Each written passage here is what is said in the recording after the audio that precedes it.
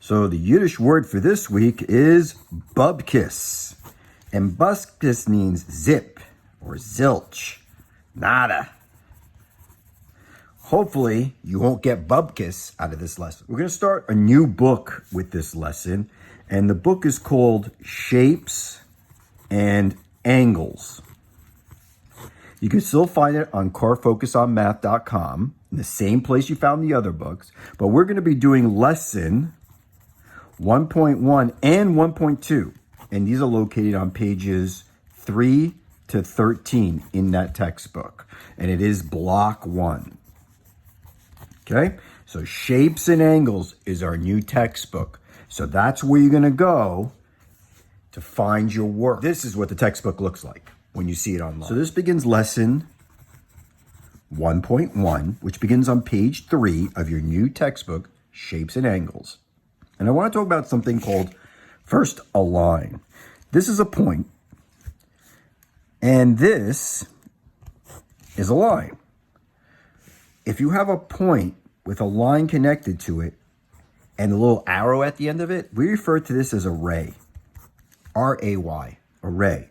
And this can go in any direction. I have it going to the right over here. You can have a ray going up. You can have a ray going in the other direction. But this is a ray. If you take two of these rays, say I have one like this pointing up, and I have another ray going out the side. Between these two rays, we have an angle. That's the distance between these two lines. This angle, you may know it already, is a 90-degree angle. We call this a right angle. Now, angles have names. If we have an angle that looks like this, and let's put a point here and a point here and a point here. Let's call this F, G, and H. We would refer to this as angle, and we make this little symbol to mean angle.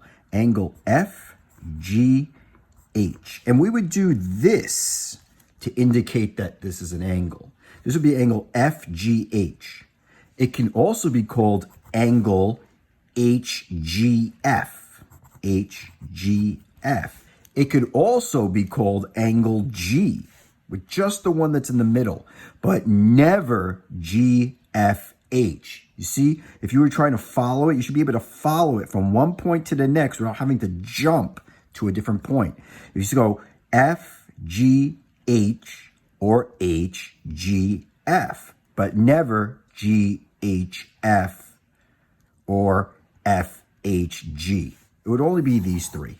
So let's say I just drew this angle over here. We have this angle, and let's call it angle G. And then we have another angle that's congruent. If you remember the word congruent, it means exactly the same. When two angles are congruent, we'll call this one angle G, and we'll call this one angle J. And if these two angles are exactly the same and they're congruent, we indicate this by making a little line like that. That means that these two angles are the same. Sometimes you'll see it in the book like this. They'll draw an angle. Let's call this angle G again. And they'll make two of these. Well, if an angle is going to be the same exact as this one, then that angle also has to have two little lines in it. So these two angles are the same because they have two little lines on the angle sign and two little lines on the angle sign. And this one and this one are the same because there's one little line on the angle sign and one little line on the angle sign. These two are not the same. Neither are these two. These two are the same, and these two are the same. These two are congruent, and these two are congruent. Now I want to talk about types of angles. We'll start off with the basic one that you all know. When lines are like this, and they make 90 degrees, we call this perpendicular. But we also call it, and you may already know this, as a right angle. And all right angles are 90 degrees. That means if we took a protractor and measured this, this would be 90 degrees. The other two types of angles we're going to talk about, one is less than 90 degrees, one is more than 90 degrees. So with the one that's less than 90 degrees, does anybody remember what we call that type of angle? This angle, see how it's bent in and it's less than this angle? This angle will be called an acute angle. And acute means that it's less than 90 degrees. The other type of angle I want to talk about looks like this. See how it's wide open over here? This angle is referred to as obtuse. And an obtuse angle is greater than 90 degrees. Less than 90 degrees, acute. Greater than 90 degrees, obtuse. Exactly 90 degrees, right angle. I want to talk about one other angle, and that's this. And you may say, well, hold on a second. That's just a line. Yeah, it is just a line. Okay, we'll call this angle K. And this, all straight lines. See, you can measure this. If you had a protractor, you measure it, and this indicates it's an angle. All straight lines. And it doesn't matter if it's side to side or up and down, but a straight line, those are always 180 degrees. Half of a circle. See, if I continued this, it would make a whole circle. Half of a circle, 180. And we refer to this as a straight angle. One last thing I want to talk to you about is because you know something about angles, you can actually solve equations with angles in them right now. I'll show you how. We know that these two angles, you see it has one little line in it, that has another little line in it. That means that these two angles are congruent. They're the same measure. Thus, if you knew that this angle, say it had a little expression connected it, say this angle, its measurement was x plus 12. And this angle, right on top of it, that was 3x. Well, this little line still means these are equal to each other. So something you can do here, since this is equal to this, you can rewrite this. You can rewrite it as 3x. Well, since they're equal, I can use an equal sign. X plus 12.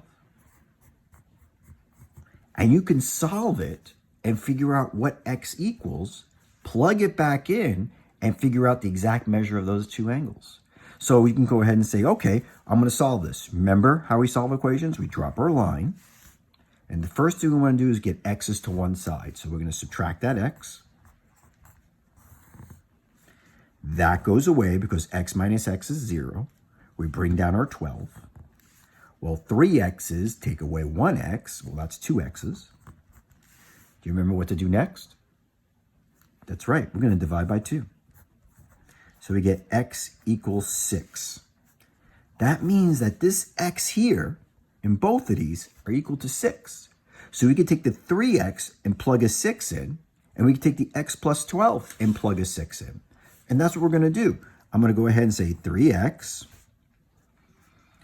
equals x plus 12. And it works just like a check. We're going to plug in now the 6. Remember, anytime you replace a variable, you always place the value inside parentheses. Well, 3 times 6, I know you guys know, that's 18. And 6 plus 12, that's 18. And I'm going to put the little degree sign in each of these because those two angles are now, we know, are 18 degrees. Hopefully this was a review for a lot of you. What I'm going to do is assign some IXL problems next and maybe a slide in the next day or so. Thank you very much for being here.